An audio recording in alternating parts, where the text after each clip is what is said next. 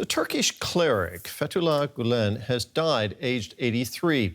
Ankara accused him of orchestrating a coup attempt in 2016 in which around 250 people were killed. Gulen always denied any involvement. He was a former close ally of President Recep Tayyip Erdogan before a major falling out and had lived in the United States until 1999. The Turkish government has confirmed his death.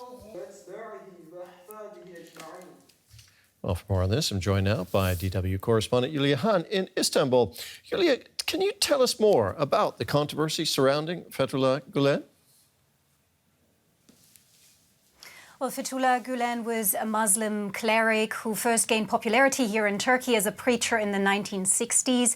And in the following decades, he managed to set up an informal network of supporters that eventually gained extensive influence in many areas, from education to business and media to the state institutions. And his influence even extended beyond Turkey's borders. But what is very important, and you already mentioned that, Gulen once used to be a very close ally of Recep Tayyip Erdogan and his Islamic conservative AK party when they rose to power in the early 2000s and during the first decade of Erdogan's rule. But then later came the big fallout and Gulen turned into Erdogan's biggest foe, particularly after the 2016 failed coup attempt here in Turkey when a group of rogue soldiers tried to seize power and oust Erdogan. Erdogan blamed that coup attempt on Gulen, who had already been living in the US for many years, since 1999, and who always denied any involvement in that coup attempt. But for Erdogan, for the Turkish government, and for many people here in the country, Gulen ever since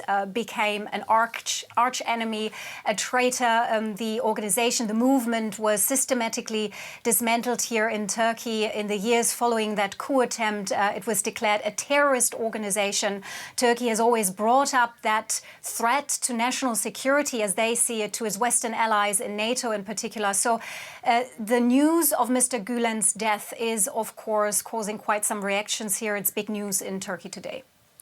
Well, tell us more about those reactions. What are people in Turkey saying about Gulen's death?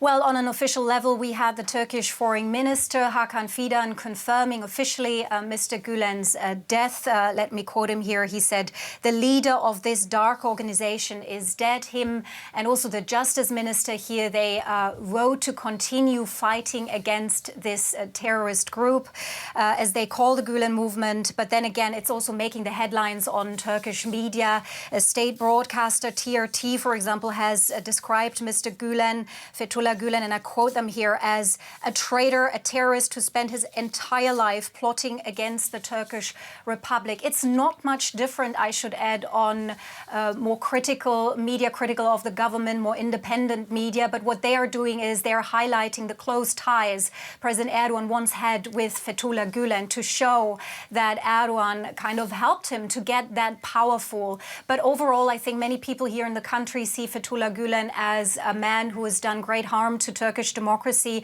so you would hardly see any kinds of public expressions of condolences or grief. Now, President Erdogan blamed Gulen, as you mentioned, for organizing the 2016 coup attempt against his government. Now, that coup, and above all, Erdogan's reaction to it, have had far-reaching effects. Can you tell us briefly, Julia, what those effects have been?